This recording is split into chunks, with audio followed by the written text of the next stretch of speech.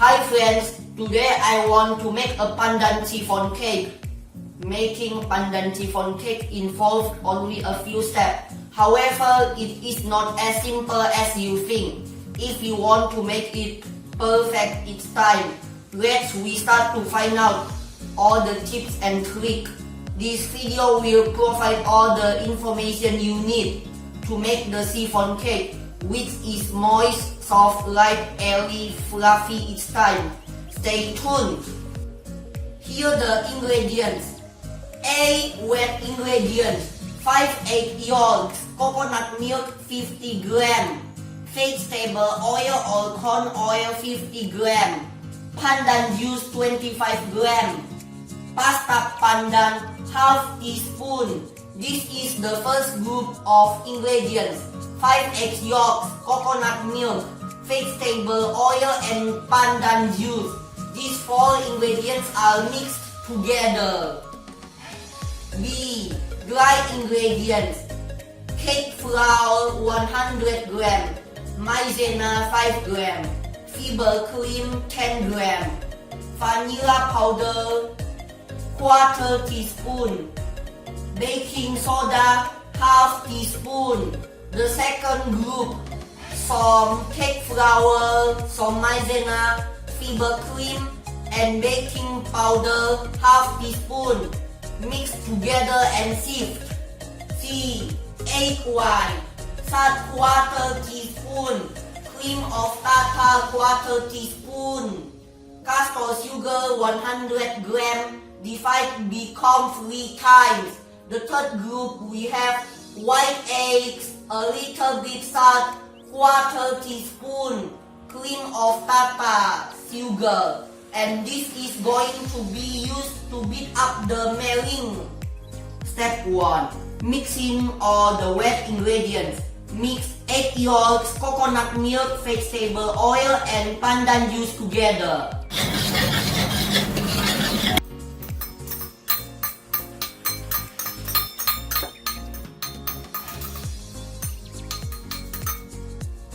Mix egg yolks, coconut milk, vegetable oil and pandan juice together.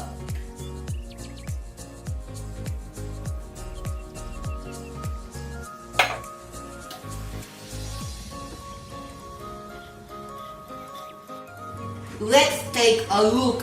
Here we have the egg yolks. Use the wire whisk to break up the egg yolks and then add this coconut milk. After it is done, put each side with the proceed to sieving the flour together with maizena, fiber cream and baking powder. Step 2. Sieve all the dry ingredients together and mix with the wet batter we have just prepared. How long should I mix the egg yolks batter?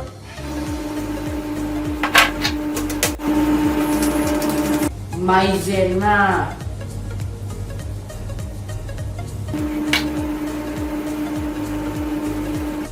fiber cream, vanilla powder,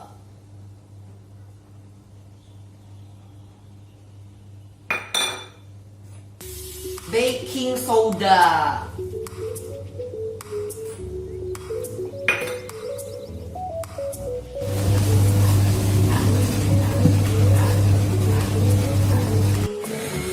Step 3. Prepare the meringue. Whisk the meringue at medium speed throughout the process and the sugar and cream of tartar and little bit salt.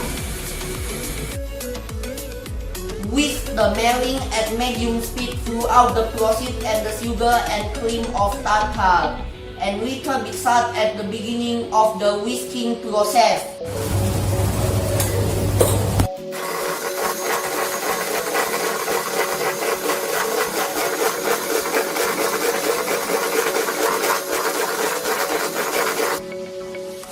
A little bit salt and cream of tartar.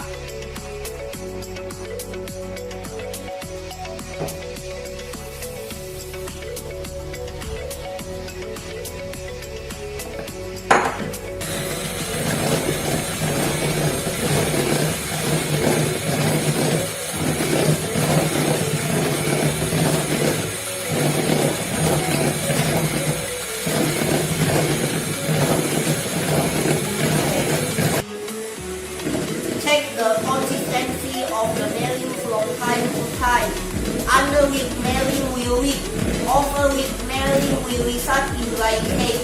So you should whip the egg while until it forms peaks just like this, short of stiff peaks.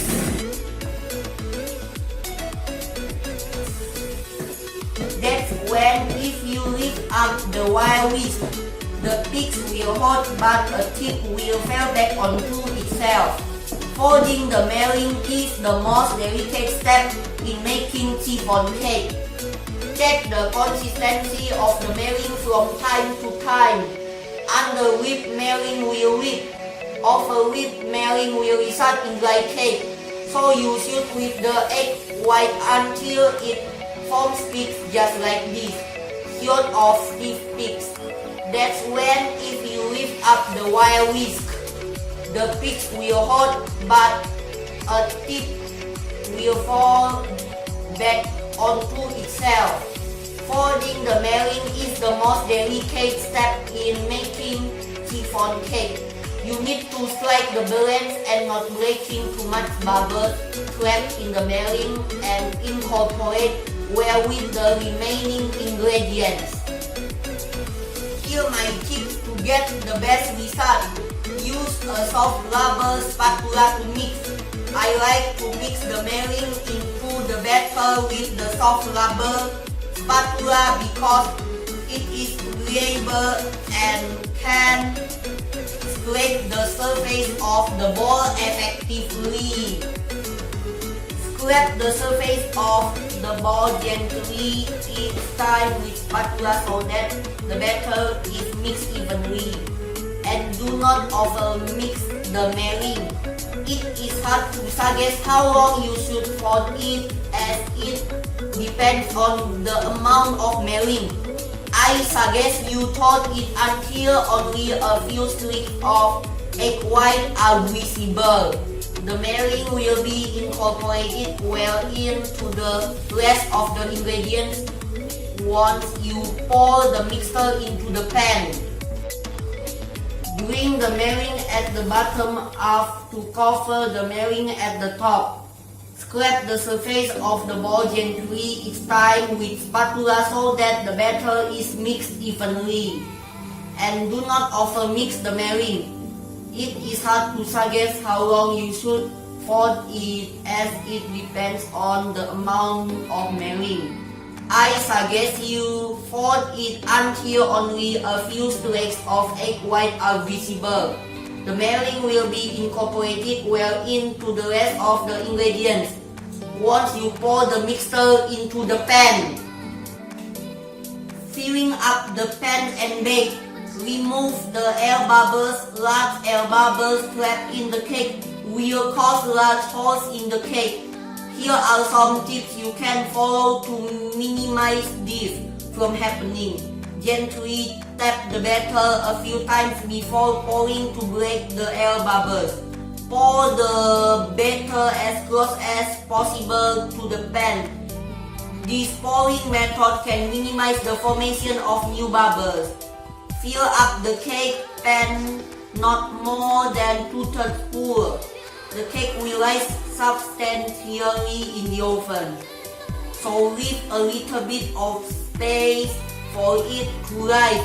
After pouring, you can also tap the cake pan a few times to dislodge and visible bubbles before putting it into the oven.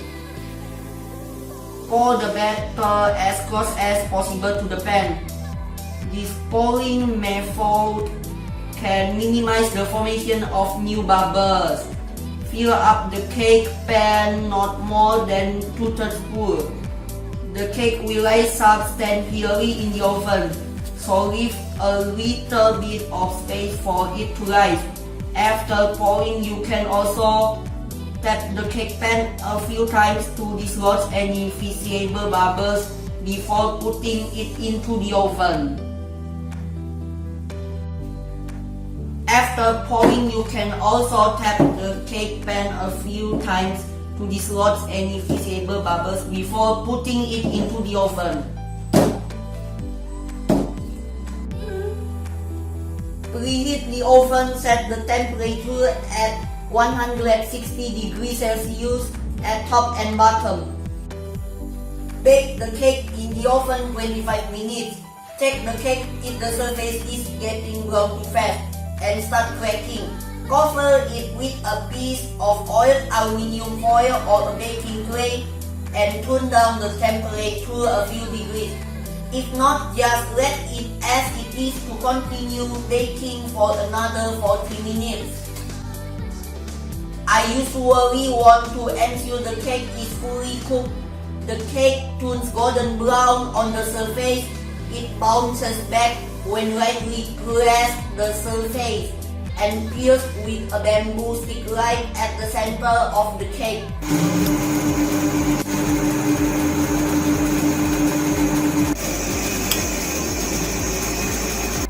I usually want to ensure the cake is fully cooked. The cake turns golden brown on the surface. It bounces back when lightly pressed the surface and pierced with a bamboo stick right at the center of the cake. It comes out clean. Cool the cake. Finish. Thanks for watching.